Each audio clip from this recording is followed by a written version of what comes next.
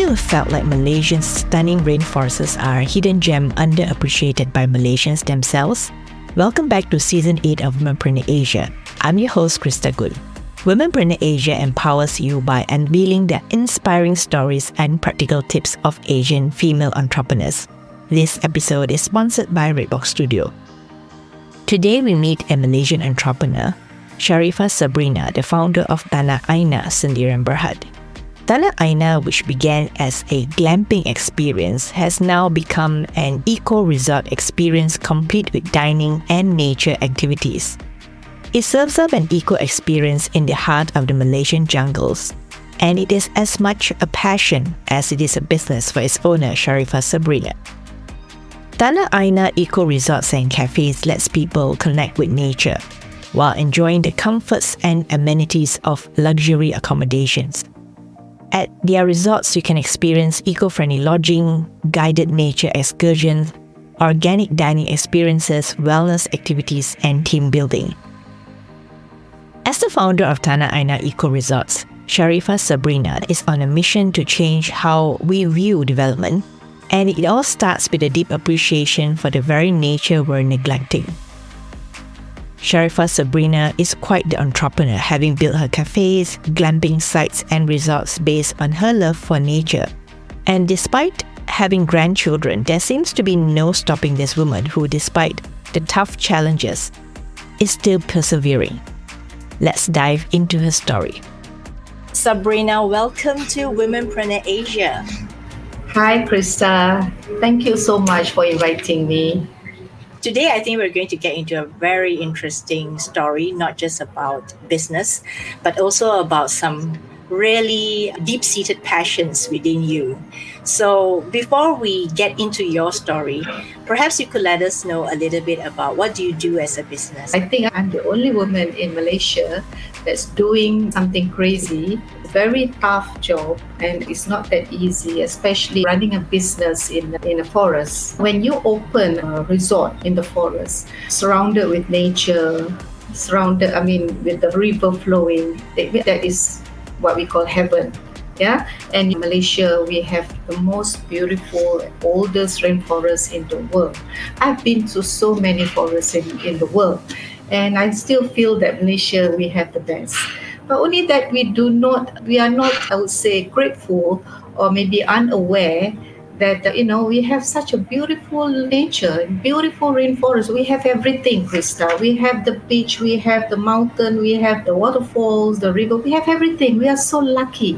So that's why I thought, why not I open up a resort, eco resort, to create this awareness among our people, to bring in tourists, foreigners, to appreciate what we have.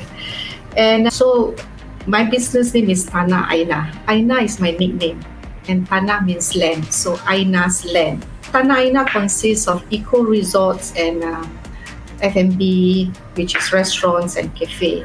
It's different, as Tanah Aina is about preservation, conservation, and also protection of our rainforest. We provide a very unique, sustainable travel experience where our guests will enjoy nature with comfort. So a lot of people say, oh, we are scared. There's always a misunderstanding about going to the forest. There's this, there's that. No, it's beautiful. Our guests will enjoy nature with comfort and the amenities of luxury accommodation. So that is our business all about. And our core products and services include eco-friendly and organic dining, because we plant our own vegetables. We have our own fish. We rear our own fish. We also have team buildings, wellness activities, those who want to come for family bonding, So a lot of wellness activities, I would say. Well, that sounds really interesting, and it must not have been that easy for you to start something on such a large scale. Because I know that Tanah Aina isn't just one resort. It is a collection of resorts, right? Only 5 now. Because during MCO, we need to close a few. Yeah. I see. Okay. So when you're talking about resorts, even if it's 5, regardless of 5 or 10, it must have been a really huge task in setting them up, right? And perhaps maybe walk me down memory lane. And what was the first resort or the first one that you set up, or the first time ever that you had this idea, inspiration for that? In 2010, I set up my first resort. It's called Tanah Aina Raya. So Faras Raya is my first daughter. So I'm thinking that, I put all my children's name, hoping that they will take over the legacy. I started with glamping first, means I put on tent by the, there's a river. We built tent by the river, so that's how we started. And of course, not many people want to go into the deep forest, to stay inside. So I make it comfortable. We built toilets, and then we built dining. So slowly we built, and until, now it's all done up. That was about 2010 I started. So now it's already 15 years, Tanah Aina Raya. And after that, I opened up another eco resort. It's called Tanah Aina Fahad, also by the river. And you have to go through a village, kampung, Malay kampung. You see all the beautiful Malay houses there to arrive to Tanah Aina Fahad. And Tanah Aina Fahad, they have the most beautiful river in Pahang, which is called Sungai Dong. Such a beautiful river, such a majestic river. When you go there, you understand why that we should preserve and take care of our nature, because Tanah Aina is all about preservation. From there, I opened up another one, Tanah Aina Azarina, but that one I had to sell off. And then we opened up Tanah Aina Farina, that is the restaurant. And then Tanah Aina Farouk, that is the so all these are my children's name. There is Durian Orchard, which we do not put any pesticide. Everything is organic, where we sell the fruits to Singapore. Along the way, I've been always in the forest, and I enjoy doing it. And I feel so grateful that I have two sets of life. I can go to the city, enjoy myself, and I go to the nature and enjoy myself. So not many people have the privilege of having to enjoy both sides of life. Right, Krista? Because a lot of people, forest, we are scared. Forest ada hantu. Forest, we have leeches. No, not actually. Yes, or the number one worry is snakes. But now we have a lot of snakes in the. We have a lot of snakes in the city too now. A lot now. I was hoping to open more Tanah Aina in another state.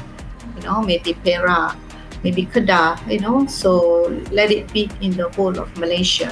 Yeah, and I am now looking into where we are doing a kampung house, where we buy over old kampung house and then we renovate and then we make it into a kampung stay. Some city folks, they want to stay in a kampung, come to Tanah Aina kampung stay. Yeah, that is in our next project coming soon. It must be very brave of you at the very beginning in 2010 to do this, right? I mean, even though it started with glamping. Yeah, it's not brave, Krista. I think it's crazy. It's crazy. Only crazy people do this. Yeah, I did it out of love. Yeah, it's not thinking. If you think about making money, not really. Because I believe that when you do it with passion, money will come. That's what I believe. So everything that you do in your life, or whatever work or whatever project you want to do, it has to be with passion, with clean heart, and you have to be happy doing it. But as I said, when you do something connected to nature, like what I'm doing now, I never received any problem from nature. Nature never gave me problem, but human beings are. So that is my problem. My problems that I have to face are from the human being, not from nature. When we respect nature, nature will respect you back. So what's happening around the world, human beings are acting like they are cleverer than nature. That they're cleverer than God. God created everything perfect for us. But we have to flatten the hills, we have to cut the trees, we have to, do everything for development, But what happened? It's a lot of catastrophe now. There's no such thing as when you want to build something, you have to destroy everything. You have to flatten everything. You have to cut the trees. You can still build between the trees, because when they flatten, they cut, it's cheaper than building in between the trees. Okay, fine. You want to clear everything. plant back the trees. Plant as many trees as possible. The best example of the city or state that we can see is Singapore. Compare Singapore and Malaysia. Why is it Malaysia all the time flooded, whereas Singapore they receive the same rain like us, Malaysia? But Singapore managed to control their flood because they planted a lot of trees. Even though they did the reclamation along their coastline, they built forests first. If you travel by air, you look at Singapore, full of trees on their reclamation land. But we in Malaysia, not full of trees, full of buildings. So that's the mistake that we are doing. But of course, because, Krista, especially we are women, sometimes we say something, nobody wants to listen. That is also why it's also good for women to have platforms where they can actually voice what they want to voice or say what they want to say. So that is where a lot of these platforms are coming up. So that's why I'm glad that we can have this conversation today, that we can talk about something that's close to your heart. Where did that love for nature come about? Where did that first start? Okay, from young actually, I was born in Penang, right? I came from city, I would say. I was born in the city, middle of Georgetown, Labuan Aceh. But because Penang to me, because we have the beaches, we have the hills, we have the jungle those days. And I just love, cycling to youth park, to botanical garden, and going to the beach as well. So from young, I always loved nature. It's in my blood already. Nobody has taught me all this. It's on my own. I learned everything on my own. Because coming from without parent, I would say, coming back from school, instead of going back to the house, I will go to a youth park, spend my time there in the jungle, under the waterfall. Those days, youth park, they have waterfalls. So I enjoy doing that. And it made me happy. Yeah. Those days, Krista, we don't have all these gadgets. We tend to go out and explore. So that makes the difference from now, where the youngsters, the new generations, they are so much into gadget that they miss all the beautiful nature that is going to be ruined a matter of time. If only they come out and explore and together to protect nature, maybe the government will listen to the youngsters, to the young generations. But in Malaysia, in our country, nobody is talking about preserving nature. No young people come out and talk about looking after nature. We don't have strong NGOs in Malaysia to protect our nature. We don't have. So that is sad. And that is where, Sabrina, your role comes in, right? Yeah, but it's a losing battle in Malaysia because from my experience, what I'm going through now is because when I talk too much about saving nature, I think I am creating enemy for that. Not easy. I'm very open about deforestation. I'm very against illegal loggings or even legal loggings. What I'm receiving now is like a punishment.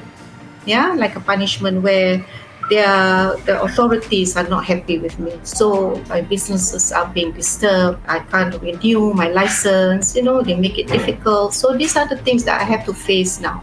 I thought that I'm doing something for my country, but what I'm receiving now is like I am the enemy for my country. So that is sad, Krista.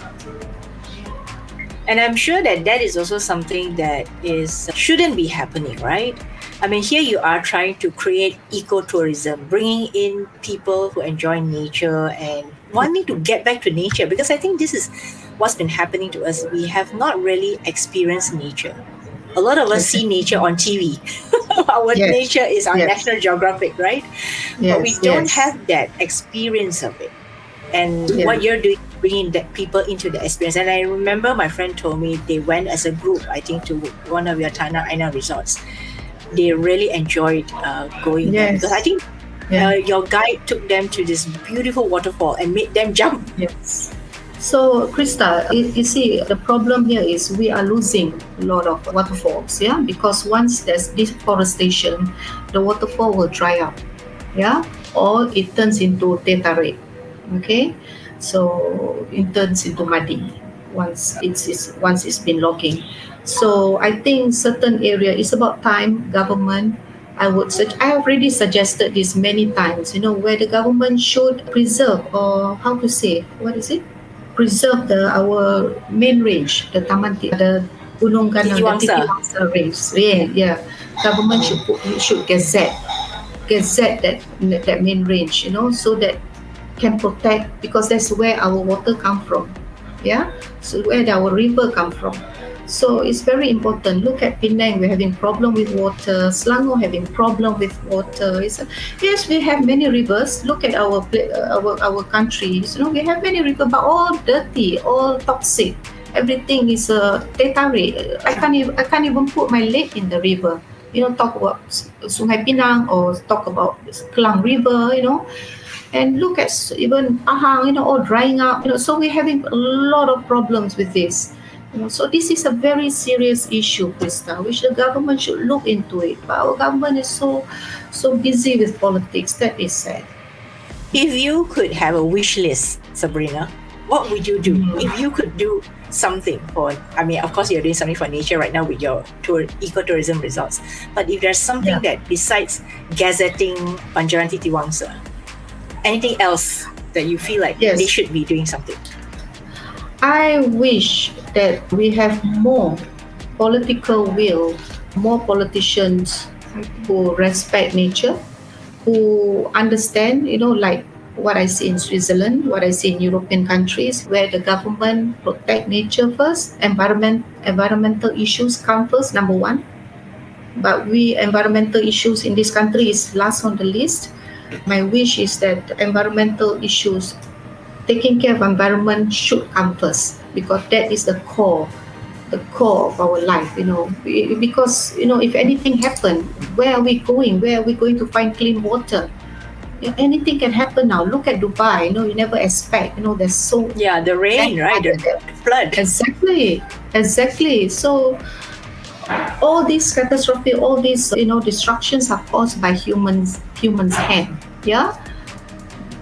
To me, God is great. God is very loving. God gives us everything. It's we that damage everything. So don't blame on climate change. Don't blame on this. Everything about climate, extreme weather. No. To me, because we human has been so greedy that we want so much development, but we don't even care the impact of overdevelopment.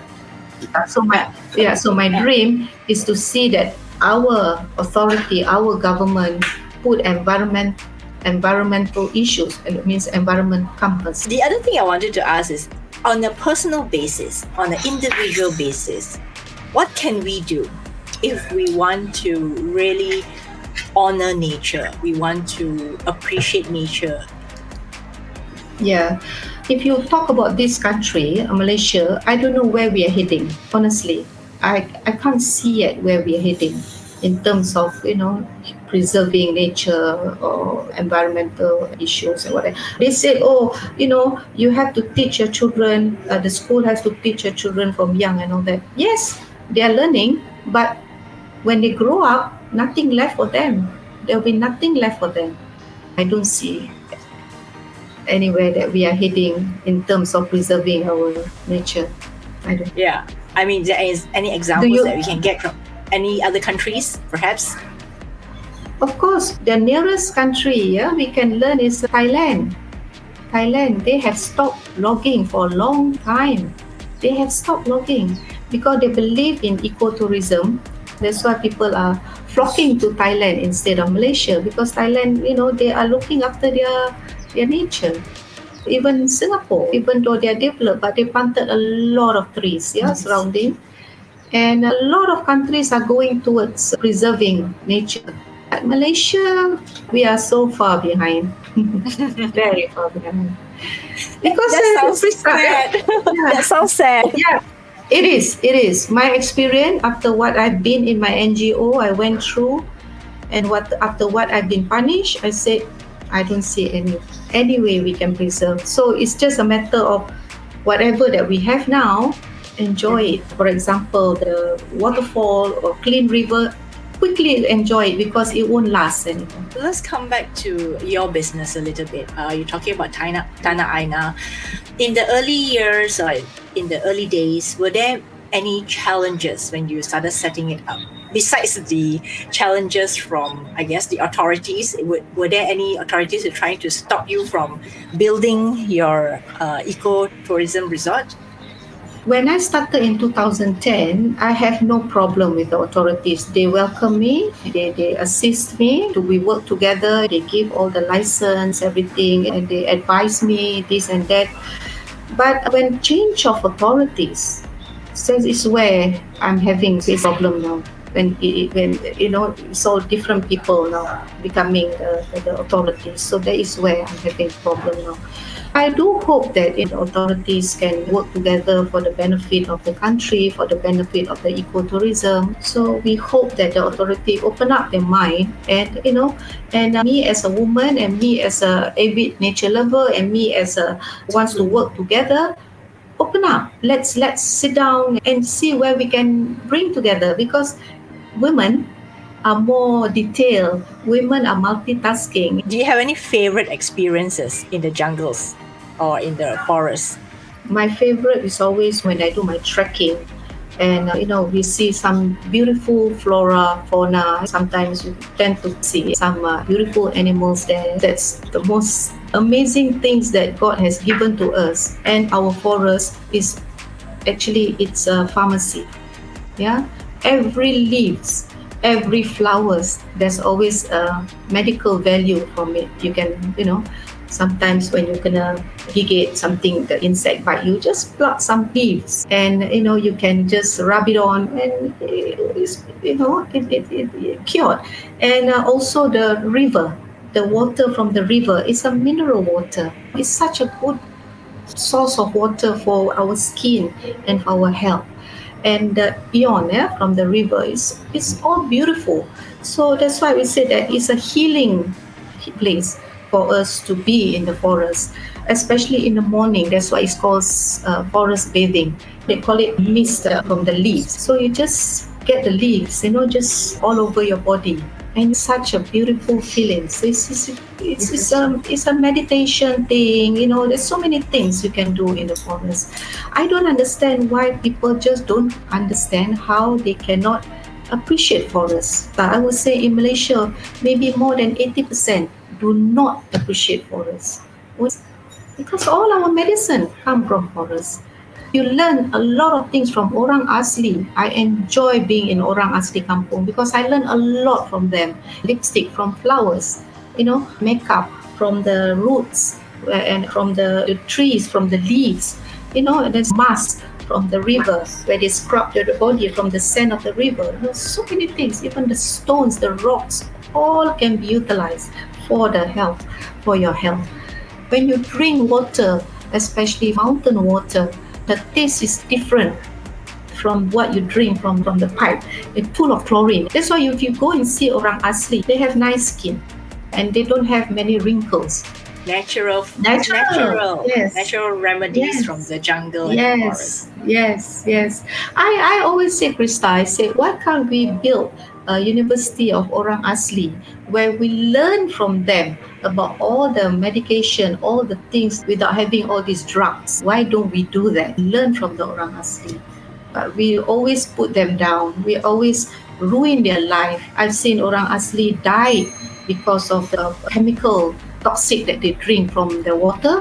They died. I've seen all that. I've seen so much of pain that orang asli have to go through because the authority are taking away their land. They're running deeper and deeper into the forest, but now the forests are shrinking. So now they have nowhere to go. So they end up becoming very, very poor. Yeah, but actually orang asli, they are very rich in everything. But now they are poor now. Really poor. Pity them. Yeah, very sad. Well, as you were talking, I was thinking, like, Sabrina, you'd be perfect one to start university of orang asli. I wish. To tap into their age-old wisdom and all the things that they know about the jungle and forest. Yes. You'll be the perfect. You'll be the perfect, and that'll be your next project. Yeah, I would love to. If only I have support from the government. Until now, I think our government are not into all this. Our government was always talking about building mega projects. So, but I think your idea is is great. I mean, I think that sometimes we forget where we come from, and where we come from is actually nature, right? And although Yes. nature, sometimes we forget, like you say, only 20% will appreciate nature. 80% doesn't know what's happening in the jungle and is so scared to step in there. You're right. Because when they were in school, the teachers don't bring them to the forest. It's always going to the city. It's always city, not into nature. It's always stuck in our brain. Oh, you orang kampung. They always think, oh, you orang kampung. Kampung means not educated. No, that is wrong. Now I see orang kampung are richer than the orang bandar. They are richer than orang bandar. They have everything. They have land, they have food, they have plantation, they have fruit trees. They can eat anything they like. And we, orang bandar, have to buy everything. So to me, orang kampung are richer. So one of the things that I am learning from you is that there's so much that we can gain from understanding nature that's around us and really appreciating nature the way it is, right? But like you said, we better appreciate it now. Because in the future there won't be any more beautiful clean waterfalls and rivers and mountains. With what's going on now, I don't think anything will be left behind. Maybe it's going to be a very expensive, rare place to go where you have to pay a lot of money to see clean river, where you have to pay a lot of money to see a waterfall. It's going to be very rare. I would say 5 to 10 years to come. But blame all of us for not, participating in taking care, in preserving our forests. Blame us. I don't blame the authority, because the authority, whatever they do, nobody say no. You see, everybody just Nobody protested. Nobody protested. Nobody protested. Yes. So, as the government, the people like it, the people enjoy it. Let's build highways after highways after highways. Let's develop highlands on the highland. Where in the world you see any countries develop highlands? But our highlands, our Cameron Highland, our Genting Highlands, all are overdeveloped and it's so dangerous. But who cares? Nobody cares. We only care when something bad happens, right? When a landslide or some building falls down due to flooding, then only they'll start feeling that urgency to do something. But after a while, we kind of forget about it. Only for a short period. We will look into it. We make sure that this won't happen again. But it will happen again and again and again. If only Malaysia knows how to preserve. We're not talking about, we cannot cut the forest. No, be like Singapore, they develop, but they preserve their trees and they planted millions of trees, because they know that trees protect from everything, filter the air, absorb water, bring in more insects, birds, that is ecosystem, it's all like a circle. You need that. So if you keep breaking the ecosystem, that's why we're going to have problems. So this is Malaysia having problems now. Either the weather is too extreme hot, and then when it rains, it gets flooded. In Malaysia, when there's a field, when there's an empty land, instead of planting more trees, they build more condos. They build more shopping center. Until we have every 50 meters, we have shopping centers. You notice or not? Every 15 to 100 meters, we have shopping center. We have so many shopping centers for our population. As if our population is 100 million. We only have 35 million. If you could turn back the clock and knowing what you know now, what would you tell a younger version of you about starting your business back in 2010? Honestly, Krista, if I know I'll be punished like this, I never want to do anything, any business, especially eco-resort in Malaysia. I do not want to do it because the punishment I'm having now is so severe. So no point for me to talk, to fight, because they will make your life more miserable. So this is what I'm having now. I will never do what I did before. Never. So if you ask me, I would rather migrate somewhere where the government appreciate nature. That's where I want to go. I want to go to a country where the people appreciate nature. And what is the craziest thing you've ever done? Maybe you can say probably starting your Tanah Aina was crazy, but is that the craziest thing? Yeah, that's the craziest thing I've done. Even though I'm proud of myself of what I've done, but I still feel that I was crazy to do it, because I don't think anybody would be as crazy as I am to do what I am doing now. Nobody, no woman or even men can do what I'm doing now. Yes, I won a lot of awards on my resort and what I have done to the country.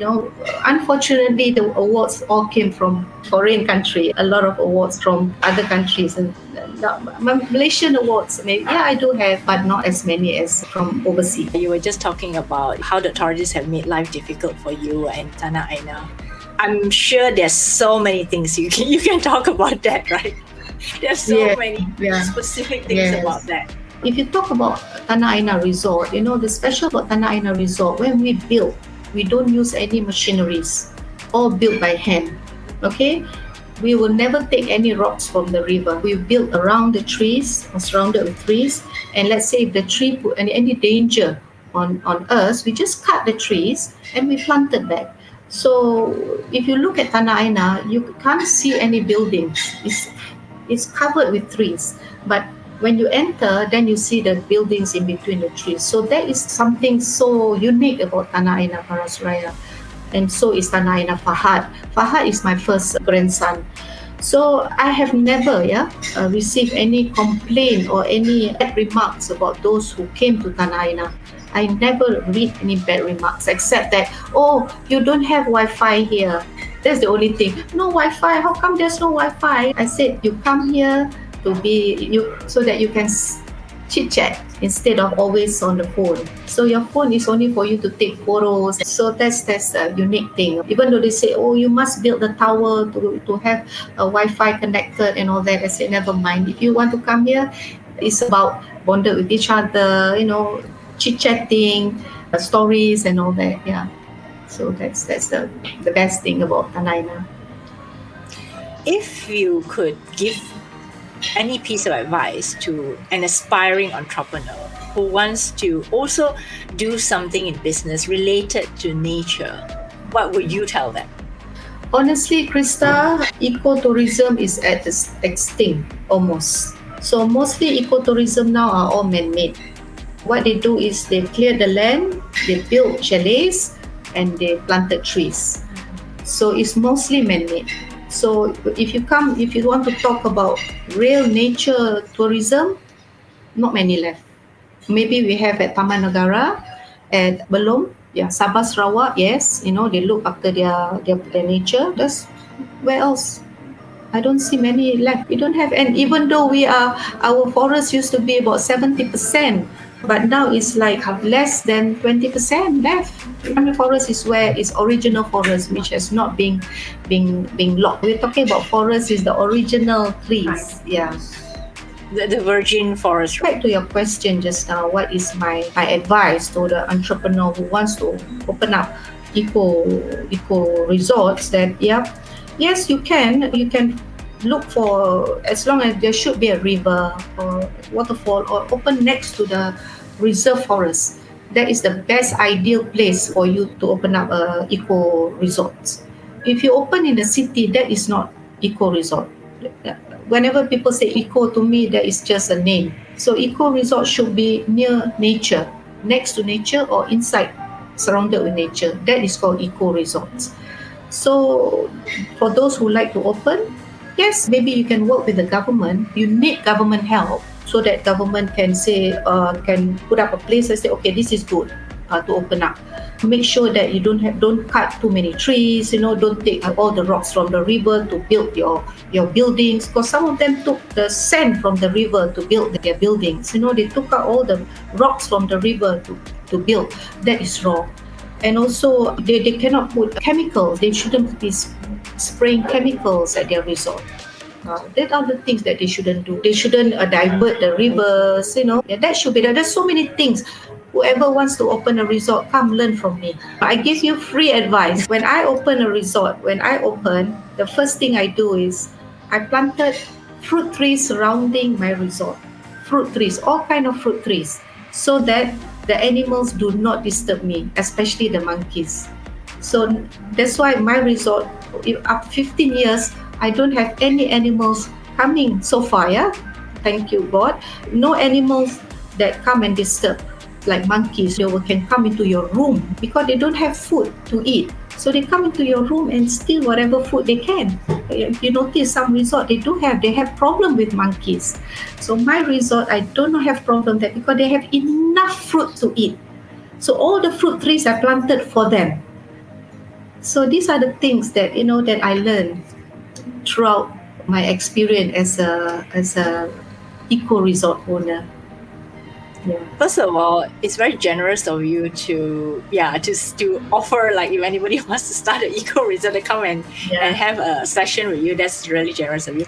Two is, I think it's really smart that you planted those fruit trees, because I can clearly remember many places that I've gone to. Many of them are so scared of the monkeys entering their rooms to steal their food. Yes. So they try to lock up everything and make sure that they close the windows when they go out, so that the monkeys don't come in. Yes, that's happened everywhere now. Yeah, because they don't plant fruit trees for the animal. They should plant a surrounding. That is number one before they open a resort. So I always advise whoever, you want to open a resort, plant fruit trees. But a lot of them planted fruit trees for them to eat. You should be sharing with the animals. So it's not just for humans to eat. Yeah, exactly. But they say, this, they want as many fruits as possible. They're not sharing with the animals. You can't do that. You have to share. Then they don't disturb you. Yeah. Okay, so in this case, we were talking about your resort, your businesses and all that, and you name them after your children and even your grandchildren, right? So how many more resorts are you going to name after all your children and grandchildren? Are you going to stop opening? Or cafes, maybe? Yes, I opened one in Penang, the recent one. Yeah, I'm looking into Taiping actually. Yeah, wish I got the land in Taipei now, and I hope to open a resort there. So hopefully that I don't have problems with the authority. Hopefully the authorities are more open-minded. So I look forward for that actually. The Batu Purau in Taiping. Yeah. And will that be named after your grandchildren? Yeah, my grandchildren. Okay. Yes. It's all for them. Yeah. I enjoy how you actually name it after your children. A very beautiful way of having them tell the story of how the resort is named after them. Because whatever the name after them belong to them. so that's what they are running it. Do they run it? My children, yes, they're running it. Yeah, my grandchildren not yet. They're still small. So hopefully, when they grow up, they will continue the legacy. Hopefully, there's still forest for them, or river for them. You've done all this for the forest, trying to preserve nature for the next generation. Have you had anyone who inspired you to do that? It's all from me, from inside me. Nobody has ever, mooted this idea or anything. What I see that we as human beings are so blessed because we have got everything in life. And I think, you should give that.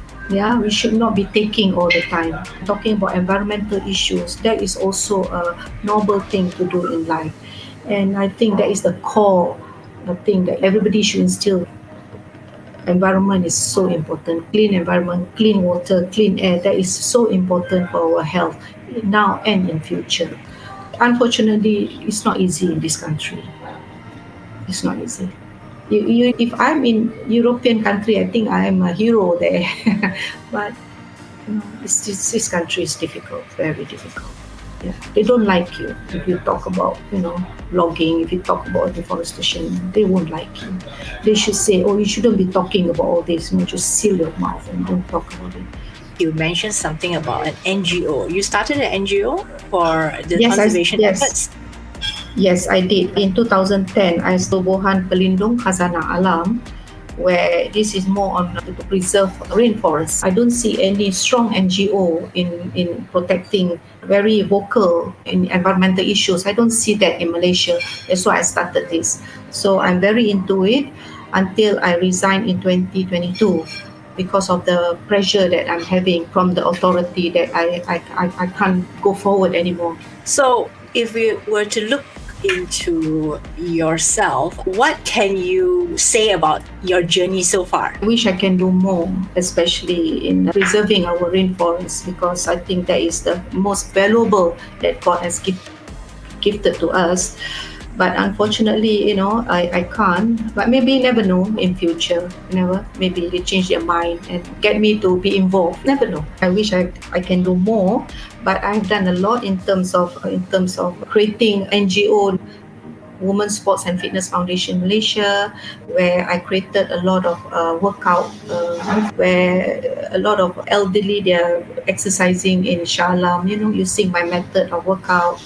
And also on baking, on patisserie, I love baking, on creating new recipes, new cookies, all the recipes. I love to do all that. I do not like to waste my time. I don't waste my time too much on doing nothing, or waste my time in going out and having high tea. Once a while I will go and socialize, but otherwise I'm more into work, because I think I'm a workaholic, Krista. So I think I should stop that. I want to be more relaxed a bit. So yeah, I think about time I should enjoy more and work less. Yeah. But I think for you, being a workaholic, the work is enjoyable, right? Yeah, you're right. Yeah, you're right. People, some of my friends ask me, what else do you want? You have everything. I say, no. I feel that I want to do something more. I wish I can contribute more. But the doors are not opening up for me this time. Those days, yes, but not this time. Yeah, it's still different now. It's so different. Maybe things would change. I don't know. I hope so. Yeah, I pray to God. Yeah. Yeah. What are you no longer afraid of? What I'm no longer afraid of.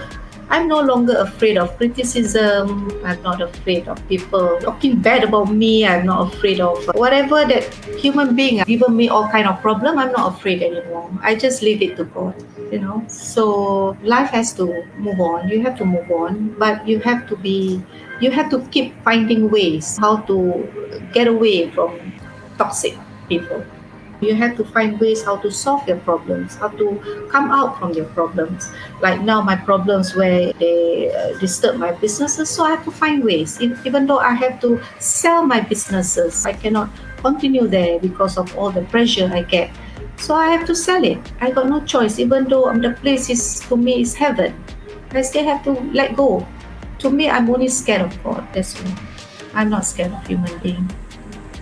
How do you feel when you have to let go of your business that you built? It's very sad. I built from scratch. Yeah, from scratch. I don't have any experience of anything. I've never worked in any places. Everything is through the journey. I learned from mistakes and all that. But it's Krista. Only God knows how sad it is. But certain things you can't fight. You have to let go. Just let go. Because maybe there's a blessing in disguise. Maybe there's something behind it. We don't know. Maybe God tell me, okay, just let go and move to something else. So now the final one is, where can people connect with you if they want to find out more about your resorts or connect with you online? Just go to our website, tanahaina.com. Or you can call our numbers. Just Google Tanah Aina, or you just Waze Tanah Aina.